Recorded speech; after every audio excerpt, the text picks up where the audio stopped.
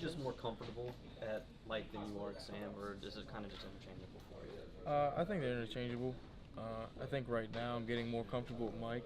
I think with my build, I feel more comfortable there.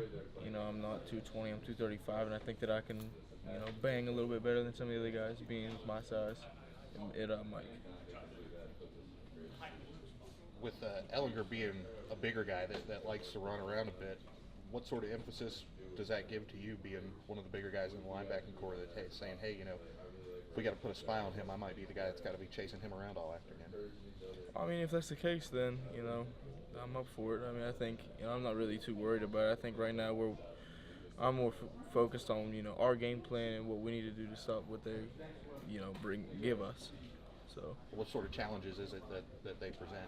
I mean, he's a good player. I mean, you can see it. I mean, they win games. He does well. He does move well for his size. He is. I mean, I think he's honestly about my size. So I think watching him play, he does bring a lot to the table. So I think it's I don't know. It's interesting to see what's gonna happen. Shea, Morgantown kid, so first Mountaineer game you attended, do you remember? Oh,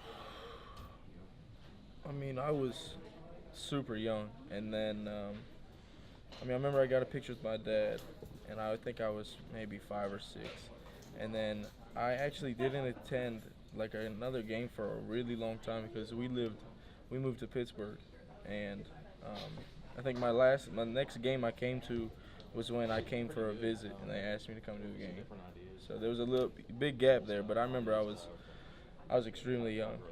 So when did you guys move back from Pittsburgh to Morgantown? Oh, I was in I think elementary school, and we moved back, and that's when I started. I started playing football here, and that was when things started, progressing. I have my mom's side of the family is all from Pittsburgh, so that's where I did most of my growing up. Biggest challenge playing with David because you take risks and you got to cover him. And what's the biggest challenge?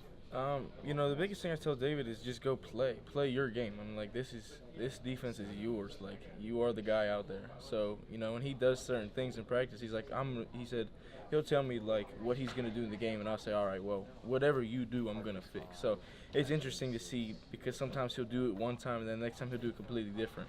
So being patient, I think, is one of the big things.